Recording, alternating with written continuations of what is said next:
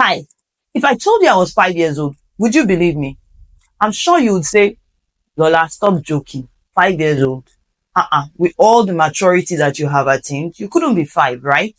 That is exactly what it is when you talk about tracking your business. To track your business, you really must have some certain benchmark of what you're expecting versus what really happened.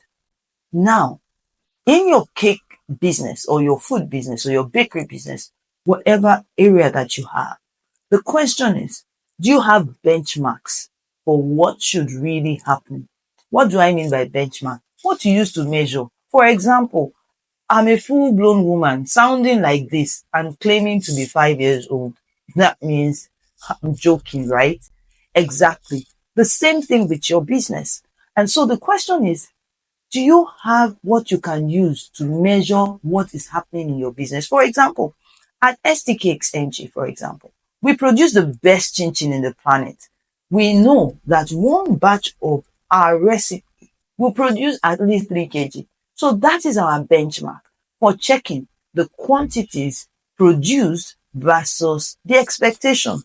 So in your business, have you studied it enough to have benchmark for your cake, for your sausage roll, for your meat pie, for your jollof rice, for whatever you are producing, your small chops? How much of dough should produce 100 wrappers for your samosa, for example? Do you know these things? Trust me, if you don't know, it is not going to happen overnight, but you need to start today. It is one of the reasons why we are crusaders for recipe management in food related businesses. Why?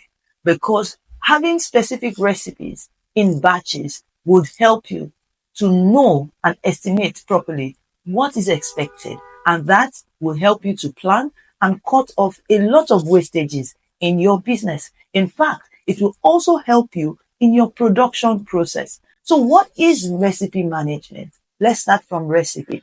You have a recipe, you need to manage it. You need to know what is required to produce what and how changes happen within your production. We are in an economy right now where products are disappearing off the shelf. If you can't get your baking powder anymore, what will be your replacement for your baking powder? What will be the effect on your recipe? How do you ensure that your recipe remains consistent in the middle of a change in your ingredients?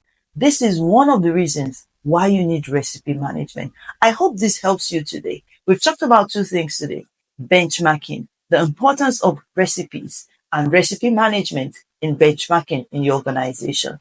Thank you.